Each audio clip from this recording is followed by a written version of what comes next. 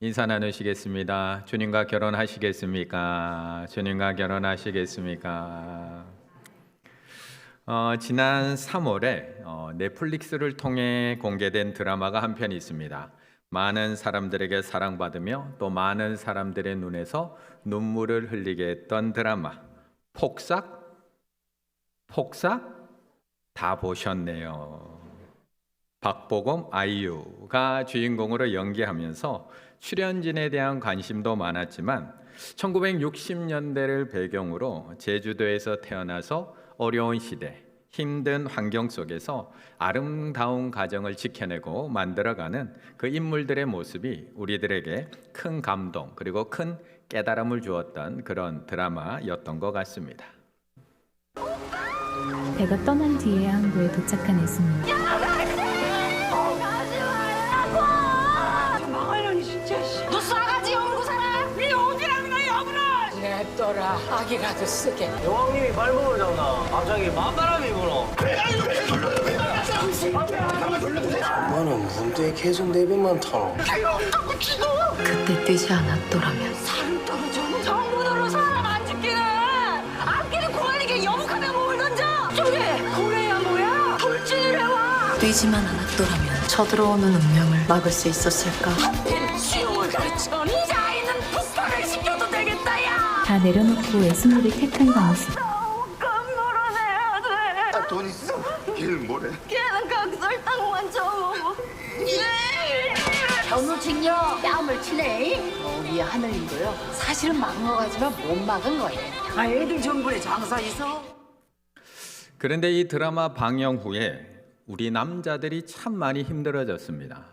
아직 결혼을 안 한 자매들은 어디 관식이 같은 남자 없나, 어디 관식이 같은 남자 없나, 마지막까지 평생 예수님만 바라보며 살았던 그런 관식이 같은 남자를 찾기 시작을 합니다. 이미 결혼한 아내들도 내가 속았네, 내가 속았네, 내가 폭삭 속았네, 간식인 줄 알고 결혼했는데 상길이네, 상길이, 학시 상길이. 이 드라마를 본 아이들은 또 어떨까요? 드라마를 한참 보던 저희 딸이 저에게 아빠도 관식이는 아닌 것 같아, 아빠도. 딸밖에 모르는 아빠 관식이 덕분에 남자들은 남편으로서도 또 아빠로서도 설 자리가 점점 좁아지고 있습니다. 그런데 정말 관식이 같은 남자가 있을까요? 그럼 반대로 애순이 같은 여자가 정말 어딘가에 있을까요? 이 드라마를 본 한 작가가 자신의 SNS에 이렇게 글을 남겼습니다.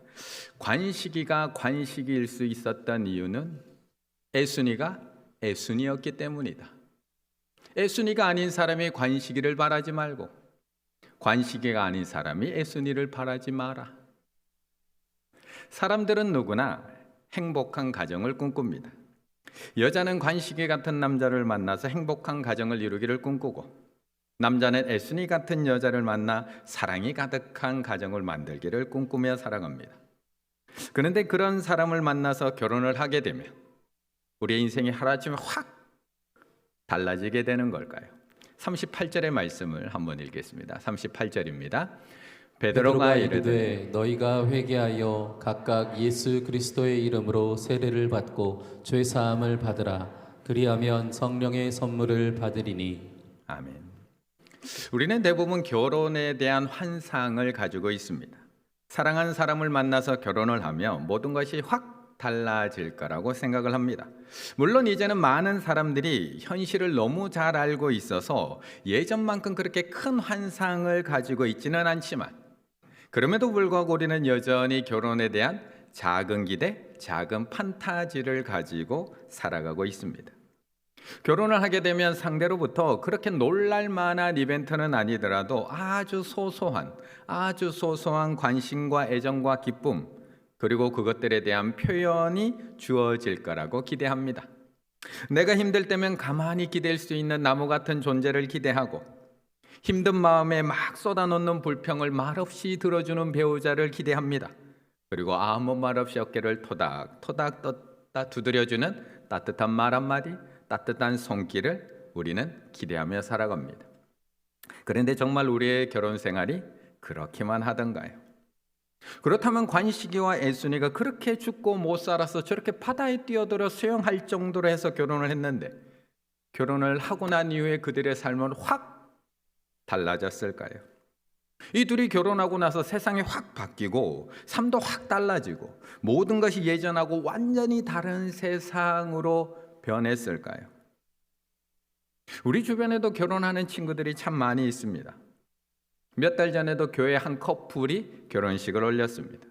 멋진 남자 청년과 예쁜 여자 자매가 결혼식을 마치고 저에게 인사를 하러 왔습니다.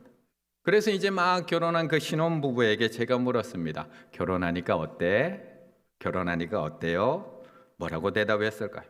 목사님, 결혼하니까 세상이 확 달라졌습니다. 지금까지는 회색과 같은 세상이었는데 결혼을 하고 나니까 세상이 온통 꽃으로 가득합니다. 자다가 일어났더니 세상이 확 뒤집혔어요. 이렇게 행복할 수가 없어요.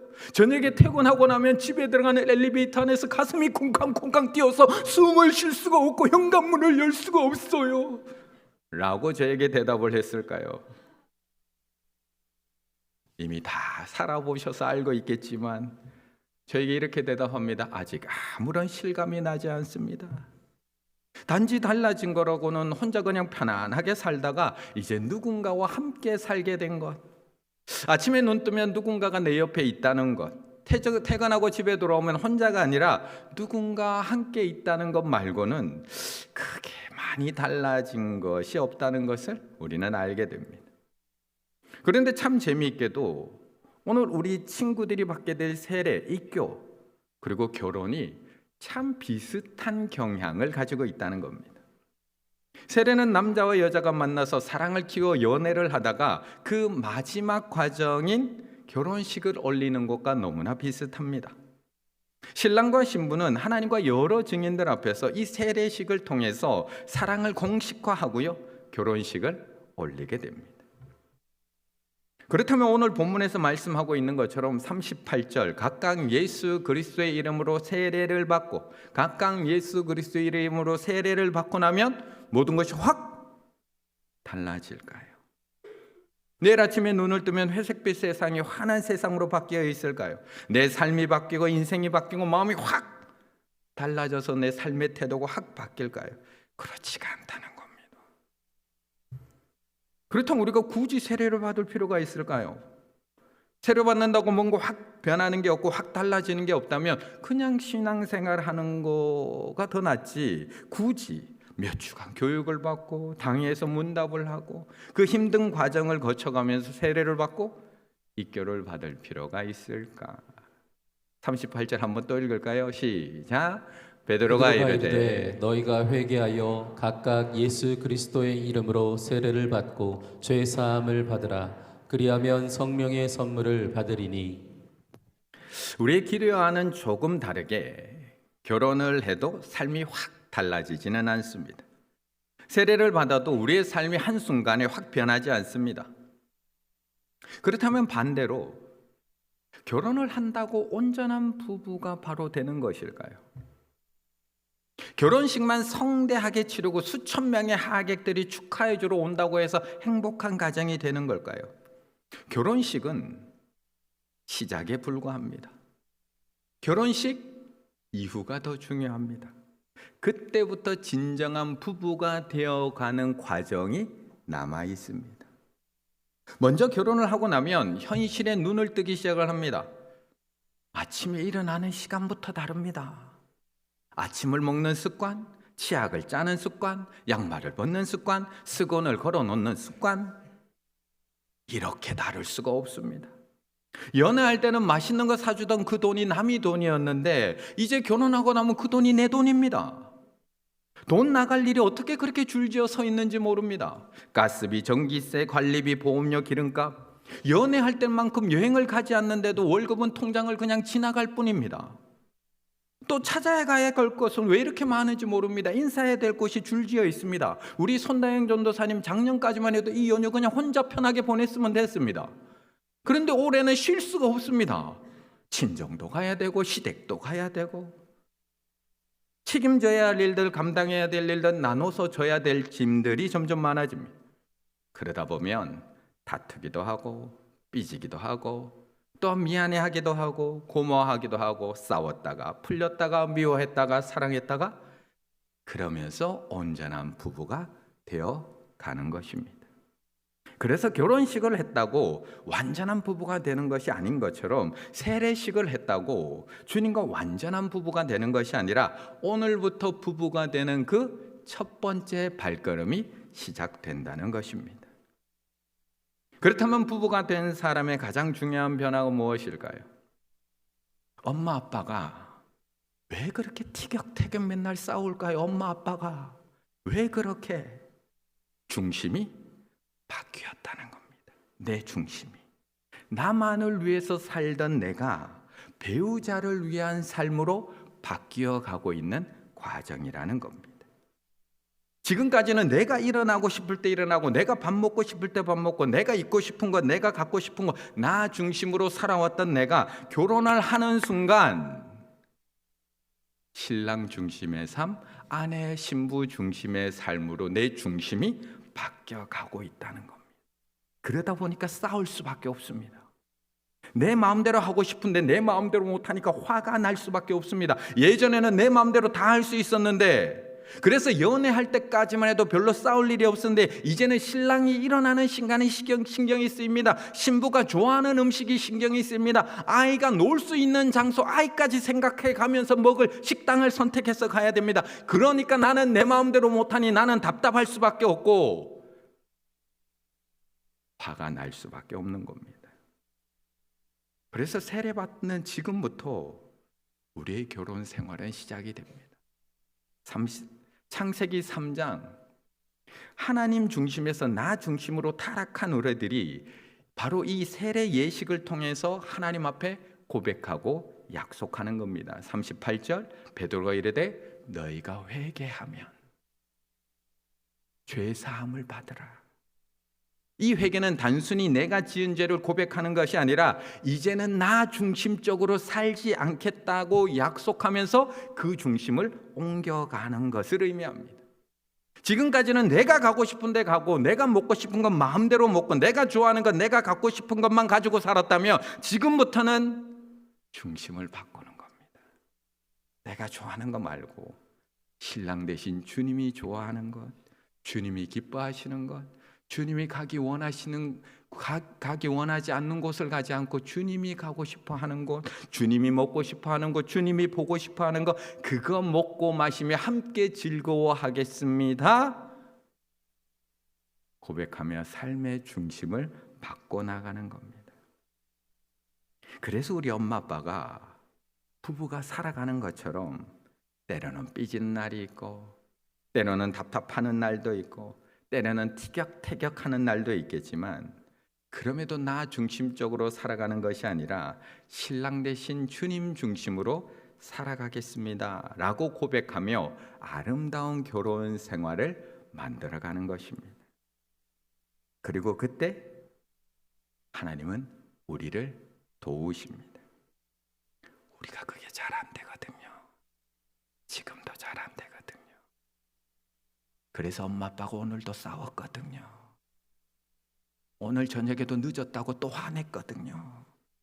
우리의 연약함을 아시는 하나님, 내가 얼마나 나 중심적인지 아시는 하나님, 이제부터는 신랑 대신 예수님 중심으로 살겠습니다 결단하며 세례받는 우리에게 하나님은 선물을 주시겠다, 결혼의 선물을 주시겠다고 말씀하는 겁니다. 38절 한 번 더 읽을까요?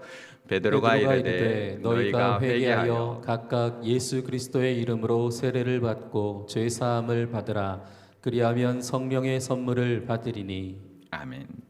사실 지금까지 나 중심적으로 살아온 내가 다른 사람을 중심으로 살아가는 것 결코 쉽지 않습니다.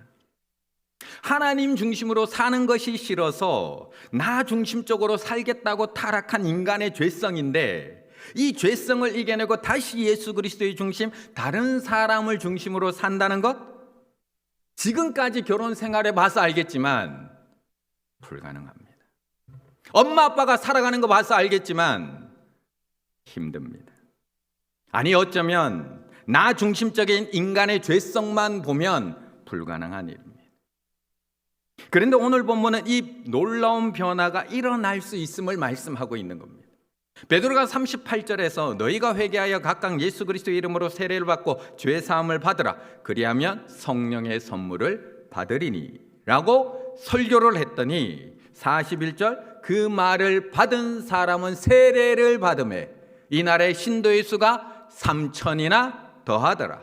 놀랍게도 이 자리에서 초대교회가 시작됩니다. 나밖에 모르고 살던 사람들이 사도들에게 나와서 세례를 받습니다. 그리고 그들은 내가 아닌 예수 그리스도를 중심으로 살기 시작을 합니다. 내가 아닌 형제들을 중심으로 살아가기 시작을 합니다. 그러면서 나누기를 시작합니다. 그것이 이어지는 44절에서 47절 초대교회의 역사가 일어나는 겁니다. 믿는 사람이 다 함께 있어 모든 물건을 서로 통용하고 또 재산과 소유를 팔아 나 중심이라서 하나도 내놓지 못했던 사람들이 세례를 받았더니 성령의 선물을 받아서 각 사람의 필요를 따라 나눠주며 날마다 마음을 같이하여 성전에 모이기를 힘쓰고 집에서 떡을 떼며 기쁨과 순전한 마음으로 음식을 먹고 하나님을 찬미하며 또 온 백성에게 칭송을 받으니 주께서 구원받는 사람을 날마다 더하게 하시니라. 이게 그냥 되는 일이 아니라는 겁니다. 이게 제가 결단만 한다고 되는 일일까요? 이건 내 힘으로 되는 게 아닙니다. 철저히 나 중심적인 인간이 예수 그리스도를 위해 산다는 것, 지독하게 이기적인 내가 남편을 위해 산다는 것, 아이를 위해 산다는 것, 다른 사람들을 위해 산다는 것, 노력은 할 수 있을지 모르지만 불가능하다는 겁니다. 하지만 세례를 받은 3,000명의 성도들에게 그리하면 성령의 선물을 받으리니 하나님께서 성령의 선물을 주시니까 그 중심이 달라지기 시작을 합니다. 나의 것을 내놓고 통용하기 시작을 합니다. 자신의 재산을 팔아 어려운 이웃들을 나눠주기 시작합니다. 갈라주고 나누어줬던 마음이 하나가 되어서 성전에 모이고 집에서 떡을 떼고 잔을 나누며 함께 모이기 시작을 합니다. 나에게 있던 중심이 예수님께로 그리고 형제들에게도 옮겨가고 있는 겁니다. 오늘 세례를 받고 입교를 받게 되는 우리 친구들도 마찬가지입니다. 오늘 세례를 받는다고, 오늘 입교를 받는다고 내일 바로 삶이 확 달라지지 않을 겁니다. 지난달에 결혼했던 그 부부처럼 그렇게 실감이 안 날지도 모릅니다. 내 삶에 큰 변화가 없을지도 모릅니다. 하지만 아무것도 이상히 할 필요 없습니다. 오늘 이 시간을 통해 하나님 앞에서 나는 확실하게 결단하고 약속하기만 하면 됩니다. 그래서 매일매일 내가 받은 이 세례가 나 중심에서 예수 그리스도의 중심으로 그 중심이 옮겨가는 것임을 기억하며 매일매일 또 약속하고 또 결단하며 나아갈 때 하나님의 성령의 선물을 우리에게 주셔서 우리의 중심을 옮겨가실 줄로 믿습니다. 그래서 이렇게 질문하는 겁니다. 세례가 무엇입니까? 답, 세례는 성녀의 하나로서 성부와 성자와 성령의 이름으로 물을 가지고 씻는 예식입니다. 그것은 우리가 예수님께서 접붙임을 받은과 은혜의 언약의 혜택들에 참여한가 우리가 주의 것이 된다는 약속을 표시하고 확증하는 겁니다. 우리가 주님의 것이 된다. 나 내 거야가 아니라 내 중심이 옮겨가서 이제 나는 주님이 것이 된다는 것을 우리는 할 수 있는 것은 약속하는 거, 표시하고 확증하는 거, 그거밖에 우리는 할 수 없습니다. 그 약속을 매일매일 해 나갈 때 성령님이 그 중심을 옮겨가신다는 겁니다. 이 시간 한번 저를 따라해 보실까요? 이제 저는 주님의 것입니다. 이제 저는 주님의 것입니다. 우리가 매일매일 이 고백을 해 나갈 때 하나님께서 우리에게 성령의 선물을 주실 것이며 그 성령님이 우리로 하여금 나 중심적 삶이 아니라 예수님, 신랑 되신 예수님 중심적으로 또한 예수님이 사랑하시는 우리 이웃들을 중심으로 살아갈 수 있게 우리의 삶을 인도해 가실 겁니다. 오늘 이 세례와 입교 예식을 통해서 다시 한번 하나님 앞에서 약속하며 나 중심이 아니라 예수님 중심으로 살아가실 수 있는 우리 충일의 가족들과 또 우리 세례 입교자들 다 되시기를 간절히 바라겠습니다.